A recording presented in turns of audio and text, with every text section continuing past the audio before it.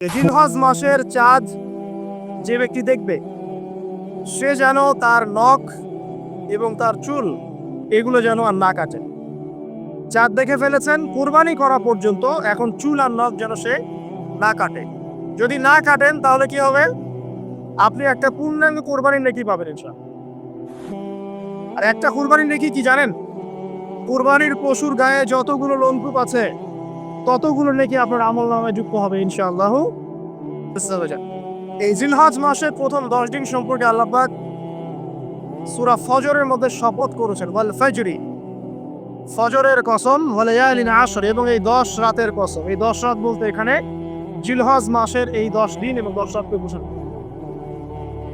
এর ফজিলত সম্পর্কে নবী সাল্লাল্লাহু আলাইহি ওয়াসাল্লাম একটা হাদিসে বলছেন, সহিহ বুখারীর হাদিস, আনাস রাদিয়াল্লাহু ইবনে আব্বাস রাদিয়াল্লাহু আনহুমা থেকে বর্ণিত, নবী করিম সাল্লাল্লাহু আলাইহি ওয়াসাল্লাম বলেছেন যে মা মিন আইয়ামিন আমালু সালিহু ফীহিন্না আহাব্বু ইলাল্লাহ মিন হাযিহিল আইয়ামিল আশর। আল্লাহ পাকের কাছে এই 10 দিন অর্থাৎ জিলহজ মাসের প্রথম 10 দিনের নেক আমল যত বেশি প্রিয়, আল্লাহর কাছে জিলহজ মাসের প্রথম 10 দিনের নেক আমল যত বেশি প্রিয়, অন্য কোনো আমল এত বেশি প্রিয় না।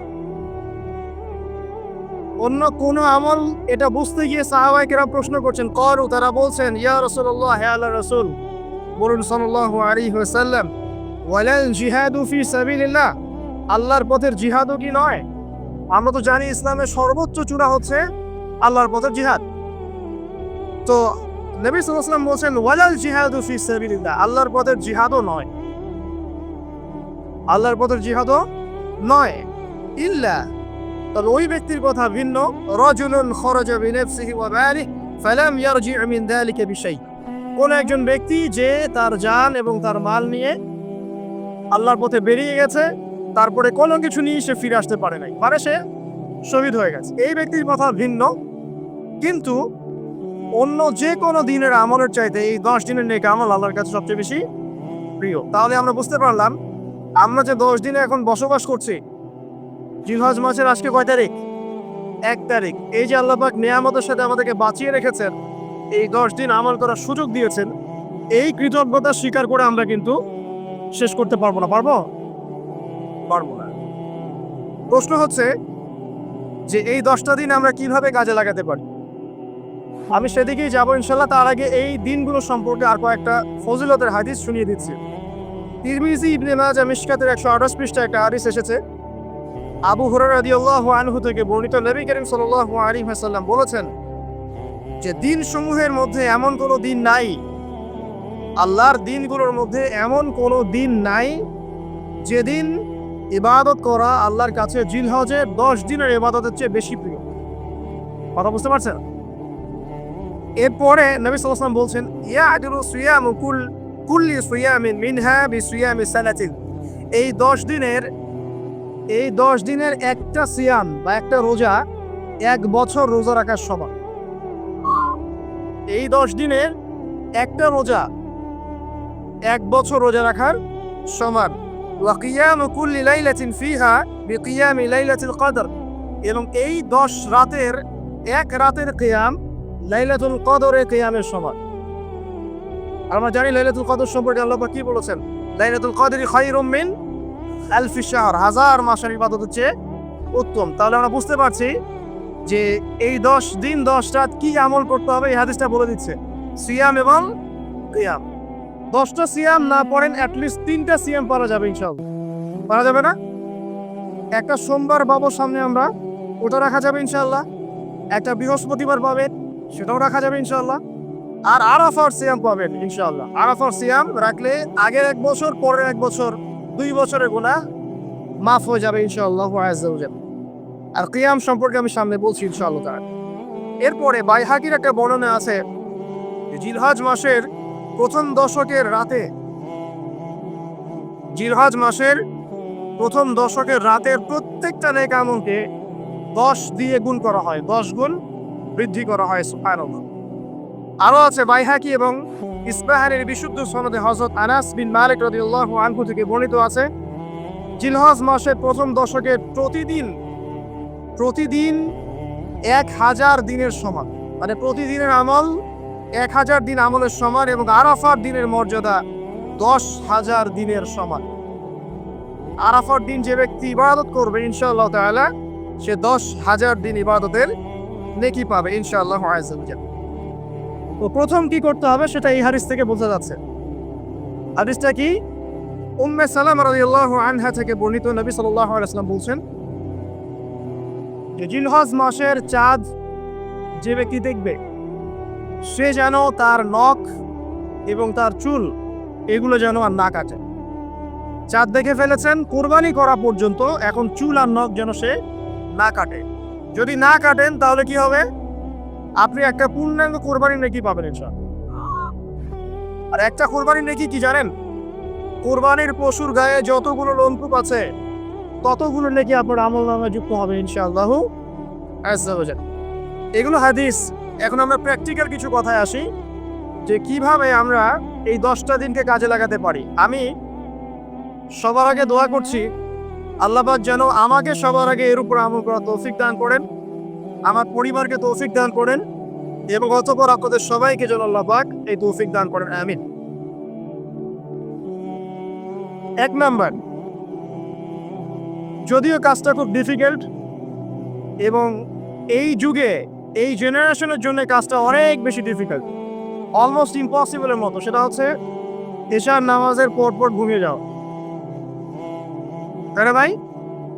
এই কাজটা এখন কোয়াইট ইম্পসিবল, এশার নামাজের পর ঘুমিয়ে যাওয়া। কিন্তু চেষ্টা করতে হবে, আল্লাহ তৌফিক দান করুক 10টা-11টার মধ্যেই যেন আমরা ঘুমিয়ে পড়তে পারি। আল্লাহ তৌফিক দান করুক, সবার আগে যেন আমাকে তৌফিক দান করে। কোনো রাত এমনও কেটে যায় ফজরের নামাজ পড়তে হবে জন্য সারা রাত জেগে থাকতে হচ্ছে। আর আমাদের সময়ে বারাকা কমে গেছে, জানেন? আমাদের সময়ের মধ্যে বারাকা কমে গেছে, এটা ওকে আমাদের সাইন। নবী সাল্লাল্লাহু আলাইহি ওয়াসাল্লাম বলেছিলেন কি আমাদের আগে একটা বছর একটা মাসের মতো চলে যাবে, একটা মাস একটা সপ্তাহের মতো যাবে, একটা সপ্তাহ একটা দিনের মতো চলে যাবে, একটা দিন একটা ঘন্টার মতো চলে যাবে। ভাই হচ্ছে না? এখন এই 7 দিন আগে আমরা জুমা পড়লাম, দেখেন 7 দিন। এই যে গত কয়েকদিন আগেই আপনি কুরবানির পশু জবাই করলেন, আবার কুরবানির ঈদ আপনার সামনে। সময় খুব দ্রুত চলে যাচ্ছে, আমরা বুঝতে পারছি না। এই কারণ হচ্ছে, একটা কারণ আমি ফাইন্ড আউট করছি, সেটা হচ্ছে আমরা এখন ফজরের সালাতটাকে জামায়াতে গুরুত্ব দিচ্ছি না এবং ফজরের নামাজের পর থেকে আমরা জেগে থাকছি না। অনেকেই, বেশিরভাগই যারা থাকছে আলহামদুলিল্লাহ। এই কারণে ওই যে বরকতময় সময়টা সকালে, এটা আমরা পাচ্ছি না। এই কারণে দিনটা আমাদের ছোট হয়ে আসছে, দিনে কাজগুলো আমরা শেষ করতে পারছি না, রাত জাগতে হচ্ছে। আর রাত জাগলে তো ফজরে ওঠা সম্ভব হচ্ছে না। তো এই সমস্যাটা হচ্ছে ফজর কেন্দ্রিক, ফজরটাকে গুরুত্ব দিতে হবে সবচেয়ে বেশি। আল্লাহ পাক আমাকে তৌফিক দেখ, আপনাদের সবাইকে তৌফিক দান। এই 10টা দিন আমরা প্র্যাকটিস করবো ইনশাআল্লাহ। রমাদান মাসে আমরা যেমন প্র্যাকটিস করেছিলাম 1 মাস আল্লাহ আনুগত্যের, এই 10টা দিন উৎসবের উৎসাহ নিয়ে আমরা আবার প্র্যাকটিস করবো ইনশাআল্লাহ আযজা ওয়া জাল।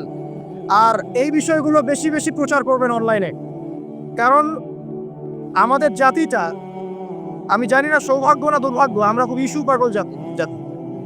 ইস্যু একটা ধরিয়ে দিবেন, এটা নিয়ে আসতে থাকবেন, যে কোনো ইস্যু। নবী সাল্লাল্লাহু আলাইহি ওয়াসাল্লামকে অবমাননা করা হয়েছিল, এখন কয়জনের মনে আছে? মনে আছে কয়জনের? তারপরে ইস্যু চলে আসলো বন্যা, এখন কয়জনের মনে আছে যে বন্যা হয়েছিল?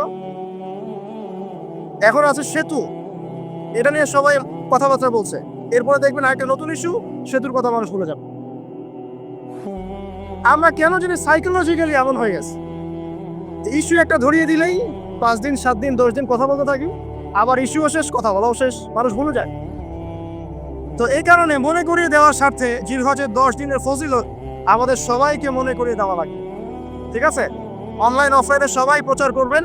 এই 10 দিন নেক আমলের জন্য একটা উৎসবের উপহার আল্লাহর পক্ষ থেকে। এই 10টা দিন যেন আমরা আল্লাহর পক্ষ থেকে এই উপহারকে কাজে লাগাই, বেশি বেশি নেক আমল করি, পরকালকে গুছিয়ে নেই। পারবো ইনশাআল্লাহ? ইনশাআল্লাহ। প্রথম কাজ, আর্লি ঘুমিয়ে যাওয়ার চেষ্টা করা। 2 নাম্বার, ফজরের নামাজের মিনিমাম আধা ঘন্টা আগে ঘুম থেকে ওঠার চেষ্টা করা। ফজর নামাজ কয়টা আপনাদের এখানে? 4:30টায়। 4টা বা 4:45টায় ওঠার চেষ্টা করতে হবে। আল্লাহ পাক তৌফিক দান করুন। ওযু ইস্তেনজা করার পরে মিনিমাম 2 থেকে 4 রাকাত নফল নামাজ পড়ুন। মিনিমাম 2 থেকে 4 রাকাত নফল নামাজ পড়ুন। আমরা জানি যে আমরা নবী সাল্লাল্লাহু আলাইহি ওয়াসাল্লামের মতো তাহাজ্জুদ করতে পারবো না। পারবেন? তার 2 রাকাত নামাজে তিনি প্রায় 4 পারা কোরআন তেলাওয়াত করেছেন। 2 রাকাত নামাজে 4 থেকে 4.5 পারা কোরআন তেলাওয়াত করেছে, আমরা কি পারবো? আমরা পারবো না। মিনিমাম 2 রাকাত নামাজ বা 4 রাকাত নামাজ তো পড়তে পারি। এবং ওই সময়টা হচ্ছে দোয়া কবুলের সময়। আল্লাহ পাক প্রথম আসমানে নেমে আসেন। আল্লাহ পাক কিভাবে নেমে আসেন এটা আল্লাহ পাকের ব্যাপার, এটা নিয়ে আমাদের মাথা ব্যথা ঘামানোর দরকার নাই। আল্লাহ নেমে এসে আহ্বান করতে থাকেন, কারো কি কোনো চাওয়া আছে আমার কাছে? আমি সেই চাওয়া পূরণ করে দিব। কেউ কি অসুস্থ আছো? আমাকে ডাকলে আমি শিফা দিয়ে দিব। কেউ কি আমার কাছে ক্ষমা চাইবে? আমি ক্ষমা করে দিব। কেউ কি আমাকে ডাকবে? আমি তার ডাকে সাড়া দেব। এভাবে ফজর পর্যন্ত আল্লাহ পাক আহ্বান করতে থাকেন, কিন্তু আমরা আসলে ঘুমিয়ে থাকি। আল্লাহ পাক আমাদেরকে মাফ করে দিন এবং এই নেক সময়গুলোকে কাজে লাগানোর তৌফিক আল্লাহ পাক দান করুন, আমিন। এরপরে আমরা চলে আসবো ইনশাআল্লাহ ফজর জামাতে। এবং নামাজের বাহ্যিক মাসআলাগুলোকে নিয়ে বেশি বাড়াবাড়ি করবেন না, অভ্যন্তরীণ বিষয় নিয়ে ফোকাস করুন। বাহ্যিক মাসআলা নিয়ে আমরা যথেষ্ট বাড়াবাড়ি করেছি। অভ্যন্তরীণ যে বিষয়টা আছে, নামাজের আধ্যাত্মিকতা, নামাজের রুহানিয়াত, নামাজের মারেফত, আল্লাহকে পাওয়া, নামাজের আত্মশুদ্ধি, ইহসান, এটা নিয়ে বেশি ফোকাস করি। আমরা তর্ক করি হাত বাঁধা নিয়ে, তাই না? হাত বাঁধা নিয়ে, রফুল ইয়াদাইন নিয়ে, আমিন নিয়ে, এগুলো নিয়ে আমরা তর্ক করি। কয়জন তর্ক করেছি যে নামাজে কতটুকু মনোযোগ থাকলো তাই নিয়ে? কোনটা বেশি ইম্পর্টেন্ট? নামাজ যদি মনোযোগই না থাকে, আমার হাত বাঁধা দিয়ে আল্লাহ পাক যা আসে না। একটা বাহ্যিক আমল করেছে, আল্লাহ পাক লিখে দিবেন, ঠিক আছে ইনশাআল্লাহ। নামাজের ইহসানটা সবচেয়ে বেশি গুরুত্বপূর্ণ নয় কি? ফাওয়াইলুল লিল মুসাল্লিন আল্লাযীনা হুম আন সালাতিহিম সাহুন, যারা নামাজ সম্পর্কে উদাসীন। তো নামাজে দাঁড়িয়ে যদি আমি সারা দুনিয়ার বিষয় চিন্তা করতে শুরু করি, তাহলে আমার হাত কোথায় বাঁধলাম এটা কি আল্লাহ পাক দেখবেন? আল্লাহ পাক আমাদেরকে বোঝার তৌফিক দান করুন যে মূল বিষয় কোনটা সেটা নিয়ে ফোকাস করি। আমরা মুসলিমরা জাতি হিসাবে এখন মূল বিষয়গুলোকে বাদ দিয়ে গৌণ বিষয় নিয়ে বেশি ফোকাস করি। এটা আমাদের অধঃপতনের অন্যতম একটা কারণ। আল্লাহ পাক আমাদেরকে বোঝার তৌফিক দান করুন, আমিন। জামাতে নামাজ পড়ার পরে আপনারা চলে যাবেন না হুট করে, এখানে বসে থাকবেন। বসে বসে তাসবিহ তাহলিল করবেন, জিকির আজকার করবেন। খুব কমন তাসবিহ আছে কিছু। আয়াতুল কুরসি পড়বেন একবার, সূরা ফালাক, ইখলাস, নাস 3 বার করে পড়বেন। তারপর আল্লাহুম্মা আনতাস সালাম ওয়া মিনকাস সালাম তাবারাকতা ইয়া যাল জালালি ওয়াল ইকরাম পড়বেন। আল্লাহুম্মা আইন্নি আলা যিকরিক ওয়া শুকরিকা ওয়া হুসনি ইবাদাতিক পড়বেন। আল্লাহুম্মা ইন্না নাসআলুকা ইলমান নাফিআন ওয়া আমালান মুতাকাব্বালান ওয়া রিজকান তাইয়্যিবা, এটা পড়বেন। দরুদ শরীফ পড়বেন 10 বার। তারপরে পড়বেন রাদিতু বিল্লাহি রাব্বান ওয়া বিল ইসলামি দীনান ওয়া বিমুহাম্মাদিন নাবিয়্যা 3 বার। হাসবি আল্লাহ লা ইলাহা ইল্লা হু আলাইহি তাওয়াক্কালতু ওয়া হুয়া রাব্বুল আরশিল আযীম 7 বার। সুবহানাল্লাহি ওয়া বিহামদিহি আদাদা খালকিহি ওয়া রিদা নাফসিহি ওয়া জিনাতা আরশিহি ওয়া মিদাদা কালিমাতিহি 3 বার। তারপরে আরো অনেক আছে, বলতে গেলে আসলে সময় শেষ হয়ে যাবে। আমি একটা বইয়ের নাম বলে দিই, এই বইয়ের মতো সব পাবেন, ঠিক আছে? বইটার নাম হচ্ছে হিসনুল মুসলিম। কি নাম?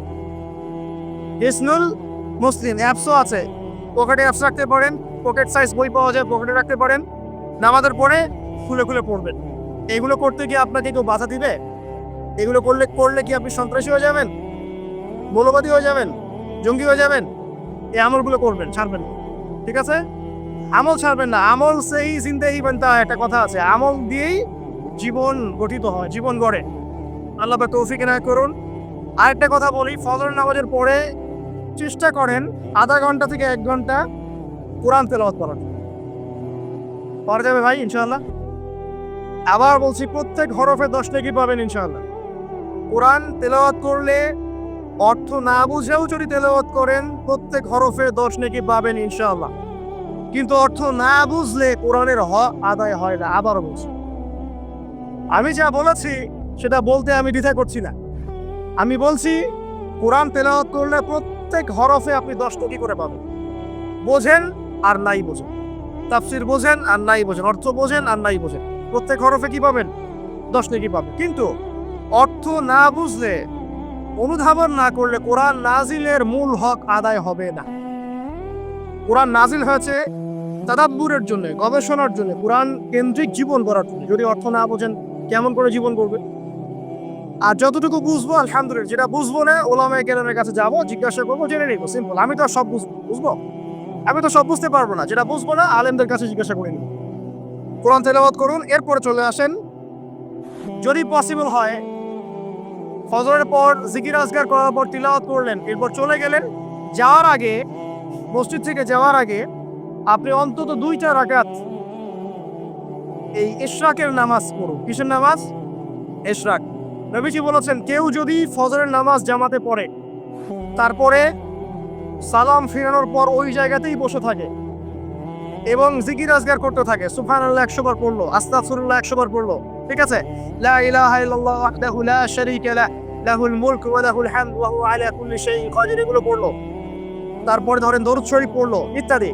জিকির আজগার শেষ করে সূর্য উঠে যাওয়ার পরে সে যদি 2 রাকাত নামাজ পড়ে, মাত্র 2 রাকাত, সে ফিরে যাবে একটা কবুল হজ, একটা কবুল ওমরার নেকি নিয়ে ফিরবে ইনশাআল্লাহ।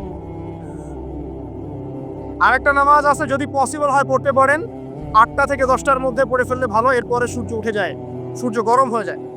সেটা হলো আপনার এই চাষতের নামাজ, যেটাকে আমরা বলি সালাতুদ দুহা, চাষতের নামাজ। আমরা অনেকে রিজিকের সমস্যায় ভুগি না? দারিদ্রতা, রিজিকের সমস্যা, আমাদের অভাব, এই সমস্যা আছে না? চাষতের নামাজ যে ব্যক্তি নিয়মিত পড়বে তাকে 2টা ফজিলত দেওয়া হয়। কয়টা ফজিলত? চাষতের নামাজ যে ব্যক্তি নিয়মিত পড়ে তার 2টা স্পেশাল ফজিলত। এক, তাকে দ্বীনের জ্ঞান দেওয়া হবে, ইলম মুখস্থ ক্ষমতা দেওয়া হবে, আপনি হিফজ ক্ষমতা বেড়ে যাবে, কোরআন সুন্নাহ মুখস্থ রাখতে পারবেন ভালো ইনশাআল্লাহ, আল্লাহর পক্ষ থেকে বুঝ দেওয়া হবে। আরেকটা হচ্ছে আপনার দারিদ্রতা আল্লাহ পাক দূর করে। এগুলা পরীক্ষিত আমল ভাই, এগুলা গাল গল্প বলছি না, এগুলো পরীক্ষিত। আরেকটা আছে, সূরা ওয়াকিয়া রাতে তেলাওয়াত করেন, সূরা ইযা ওয়াকাআতিল ওয়াকিয়া লাইসা লিওয়াকাআতিহা কাযিবা, এই সূরাটা আপনি তেলাওয়াত করেন, দেখবেন দারিদ্রতা চলে যাবে ইনশাআল্লাহ আযজা ওয়া জাল, চলে যাবে ইনশাআল্লাহ। এবার আসুন কোরআন তেলাওয়াত নিয়ে 2টা কথা বলে দিই। কিছু কিছু সূরার কিছু কিছু অংশ মুখস্থ করে ফেলার চেষ্টা করুন। প্রত্যেক দিন এই অংশটুকু আপনি নিজে তেলাওয়াত করবেন। ফর এক্সাম্পল, সূরা বাকারার প্রথম 5টা আয়াত, তারপরে আয়াতুল কুরসি 255 নম্বর আয়াত, সূরা বাকারার শেষের 3টা আয়াত, সূরাতুল আলী ইমরান শেষের 10 আয়াত, সূরা কাহফ প্রথম 10 শেষের 10, সূরা মুমিনুন শেষের 5-7টা আয়াত, সূরা তাওবার শেষ পৃষ্ঠা, সূরা আহজাবের শেষ পৃষ্ঠা, সূরা ফালাক, সূরা নাস, সূরা ইখলাস, সূরা কাফিরুন, সূরা জিন এর প্রথম 10টা-20টা আয়াত, এছাড়া আরো সূরা হাশর শেষের 5-7টা আয়াত। এগুলো মুখস্থ করে ফেলেন, প্রতিদিন এগুলো আপনি চর্চা করুন, পারবেন ইনশাআল্লাহ। প্রত্যেকদিন যদি কোরআন তেলাওয়াত করেন একটা নেকি আছে, একটা ফজিলত স্পেশাল, সেটা হলো কোরআন কিয়ামতের মাঠে আপনার পক্ষে সুপারিশ করবে। আর কোরআন যার পক্ষে সুপারিশ করবে ইনশাআল্লাহ তাআলা সে জান্নাতে চলে যাবেই ইনশাআল্লাহ। আর কোরআন যার বিপক্ষে সুপারিশ করবে তার কি জান্নাতে যাওয়ার কোনো সুযোগ আছে ভাই? আল্লাহ বোঝার তৌফিক দেখ, আমিন।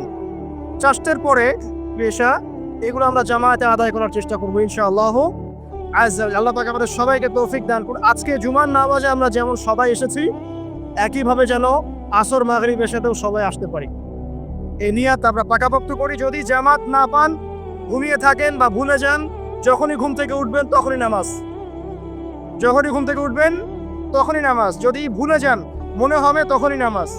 ঘুমিয়েছিলেন, ফজর হয়ে গেছে, 8টা বেজে গেছে, উঠবেন, আগে ফজরের নামাজ কাজা করবেন, তারপরে ছাড়ার কোনো অবকাশ নাই। মান তারাকা সালাতান মুতাআম্মিদান ফাকাদ কাফার, এটা হাদিসে নবীজি বলেছেন, যে ব্যক্তি নামাজ ইচ্ছাকৃতভাবে ইচ্ছা করে ছেড়ে দিল, ইচ্ছা হলো পড়লাম, ইচ্ছা হলো পড়লাম না, ফাকাদ কাফার, সে ব্যক্তি কুফরি করল। বাইনাল আবদি ওয়া বাইনাশ শিরকি ওয়াল কুফরি তারকুস সালাহ, একজন আল্লাহর বান্দা আর একজন মুমিন মুসলিম, এর মধ্যে পার্থক্যই হচ্ছে নামাজ।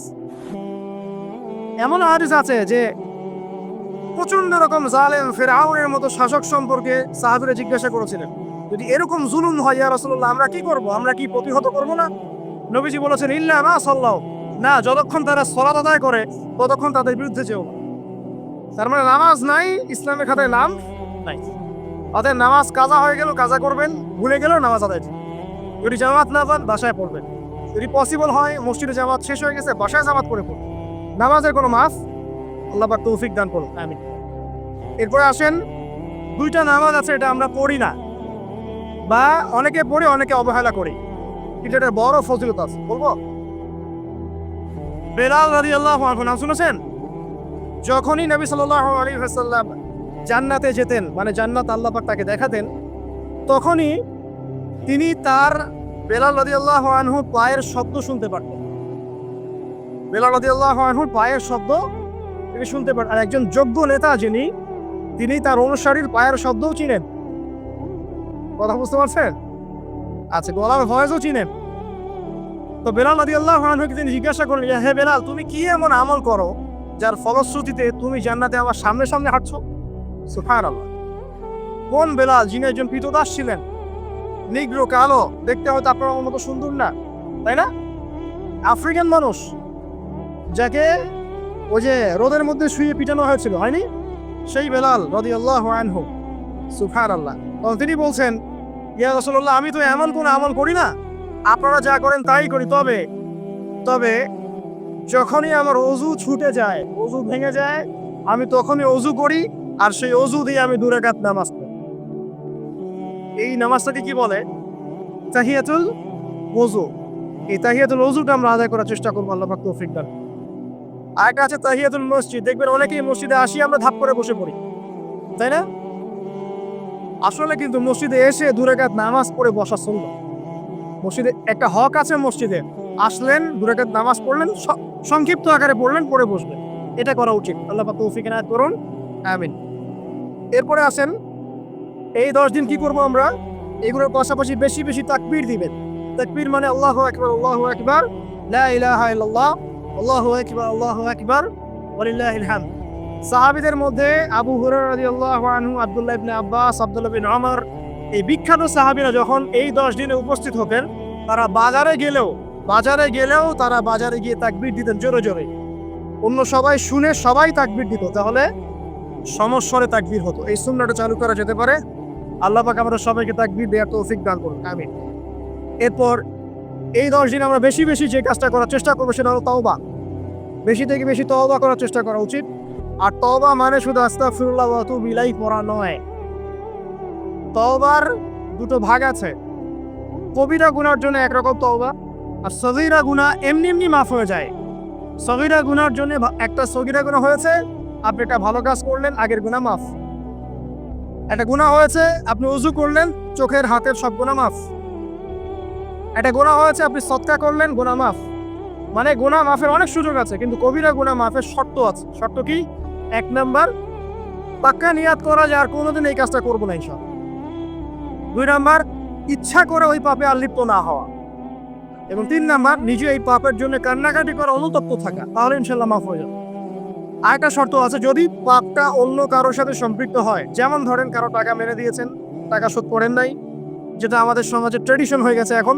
জমি মেরে দিয়েছেন, শোধ করছেন না, মান সম্মানের হানি করছেন, মিথ্যা অপবাদ দিচ্ছেন, হ্যাঁ, এক কথায় মানুষের সাথে সম্পৃক্ত মানুষের ক্ষতি করেছেন আপনি, তখন কি করতে হবে? তখন ওই মানুষের কাছে গিয়ে ক্ষমা নিতে হবে। ডিফিকাল্ট, এবং এটার জন্য একটা বড় মনের দরকার আছে, মনের স্বচ্ছতার দরকার আছে। ভাই, আমি তোমার টাকা ধার নিয়েছিলাম, দেই নাই, এই নাও টাকা, শোধ করে দিলাম। ভাই, আমি তোমাকে ভালো মন্দ বলেছিলাম, তোমার গীবত করেছি, আল্লাহ তোমাকে মাফ করে দেয়, তুমি আমাকে মাফ করে দাও।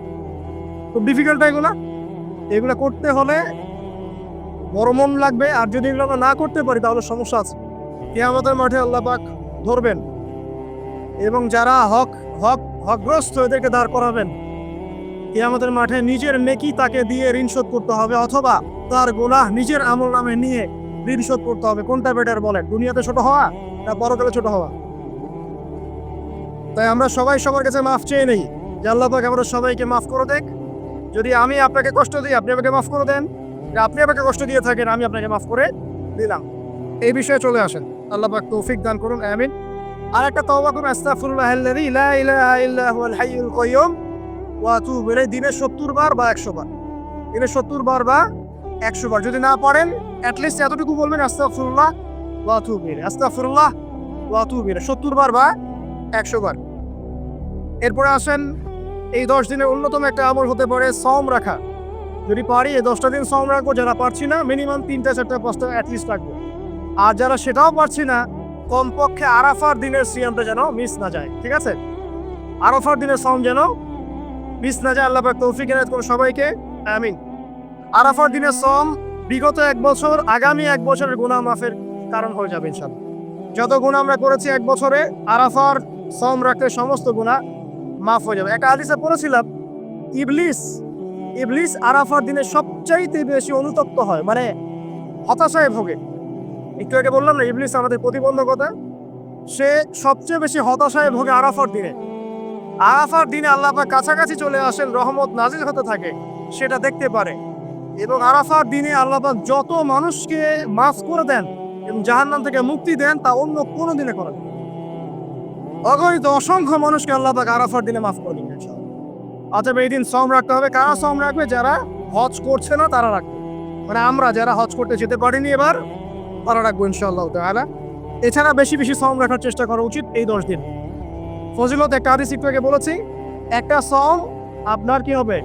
1 বছর সওমের নেকি পাওয়া যাবে ইনশাআল্লাহ তাআলা। হজ এবং উমরা করা, যারা এই 10 দিনে হজ উমরা সুযোগ পেয়েছে তারা আল্লাহ পাকের মেহমান। আমরা দোয়া করবো আল্লাহ পাক তাদের সবাইকে সুস্থতার সাথে হজ করা তৌফিক দান করুন। আমাদেরকেও জীবনে অন্তত একটাবার হলেও মাকবুল হজ করা তৌফিক আল্লাহ পাক দান করুন, আমিন।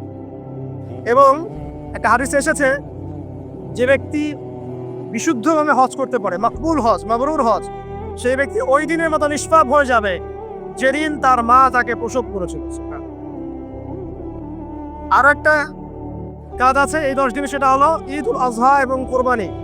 ইনশাআল্লাহ তাআলা নেক্সট যে খুতবা আসবে সেই খুতবায় আমরা কোরবানি, এর মর্ম, এর গভীরতা, এর শিক্ষা নিয়ে আলোচনা করবো ইনশাআল্লাহ। তবে কোরবানির সামনে আছে, এই 10 দিনের মধ্যে আমরা পশু কিনবো। পশু কেনার সময় আপনি আপনার সামর্থ্যের সেরাটা কিনবেন এবং পশুকে কেন্দ্র করে কোনো রকম শো অফ করবেন না। আমারটা 1,60,000, আমারটা 1,80,000, কত ভাই এত গলায় লটকিয়ে দেওয়া, এইসব কাজ করতে যাবেন, ঠিক আছে? কিন্তু পশুকে আপনি মহব্বত করবেন, পশুকে নিজ হাতে খাওয়াবেন, পানি পান করাবেন, যাতে তার প্রতি আপনার মহব্বত সৃষ্টি হয়। এবং এই মহব্বতের প্রাণীটাকে আপনাকে কুরবানি দিতে হবে। মনে রাখবেন, যিনি কুরবানি দিচ্ছেন তিনি যেন একজন ইসমাইল আলাইহিস সালাম। যাকে কুরবানি দেওয়া হচ্ছে সে যেন যিনি কুরবানি দিচ্ছেন তিনি যেন একজন ইব্রাহিম আলাইহিস সালাম। আর যাকে কুরবানি দেওয়া হচ্ছে সে যেন একটা ইসমাইল আলাইহিস সালাম। সবচেয়ে প্রিয় বস্তুটাকে কুরবানি করতে হবে। এই জন্য আপনি আপনার সামর্থ্যের সেরাটা কিনবেন। এখানে অনেক মাসআলা আছে, আমি মাসআলাগুলো দিতে যাচ্ছি না। অনেক বড় বড় আলেম ওলামা আছেন, তাদের শরণাপন্ন হয়ে আপনারা এগুলোর মাসআলা নিয়ে নেবেন, ঠিক আছে? তবে আমি একটা বিষয় বলবো, খালি কোরবানিকে কেন্দ্র করে কোনো রকম রিয়া, অহংকার, লোক দেখানো কাজ করতে চাই এবং পরিবেশ দূষণ হয় এমন কোনো কাজ। জাস্ট ইসলামের সৌন্দর্য ফুটিয়ে তুলবেন, এর যে হক, মিসকিনের হক, আত্মীয়দের হক, এটা ঠিকঠাক মতো আদায় করবেন। এখানকার গোশত, রক্ত, মাংস কোনো কিছু আল্লাহর কাছে যাবে না, শুধুমাত্র আমার বিশুদ্ধ ইখলাসটাই আল্লাহর কাছে যাবে। অতএব এটা মনে রেখে কোরবানি করা উচিত। আল্লাহ পাক তৌফিক ইনায়াত করুন, আমিন। ইনশাআল্লাহ কোরবানির গভীর শিক্ষা সম্পর্কে আগামী জুমায় কথা হবে। আর সর্বশেষ কথা হলো যে এই কাজগুলো, কোরবানি বলেন, এই যে নামাজ, তাসবিহ, তাহলিল, কোরআন তেলাওয়াত, তাওবা, তাকবীর, সওম, এই কাজগুলো পারিবারিকভাবে এবং সামাজিকভাবে করার চেষ্টা করেন, তাহলে ইসলামিক সংস্কৃতি, হৃদ্যতা, ভালোবাসা ফুটে উঠবে। ইসলামের সৌন্দর্য অমুসলিমদের কাছে পরিস্ফুটিত হবে। ইনশাআল্লাহ দেখবেন এই সৌন্দর্য দেখে তারা ইসলামের পথে ফিরে আসবে ইনশাআল্লাহ। এবং আল্লাহ রাব্বুল আলামিন এই সুযোগটা কাজে লাগিয়ে আমরা যেন আমাদের বিগত গুনাহগুলো মাফ করিয়ে নিতে পারি, বেশি বেশি নেক আমল করতে পারি, এই 10টা দিন কাজে লাগাতে পারি। আল্লাহ পাক আমাদের সবাইকে সে তৌফিক ইনায়াত করুন, আমিন।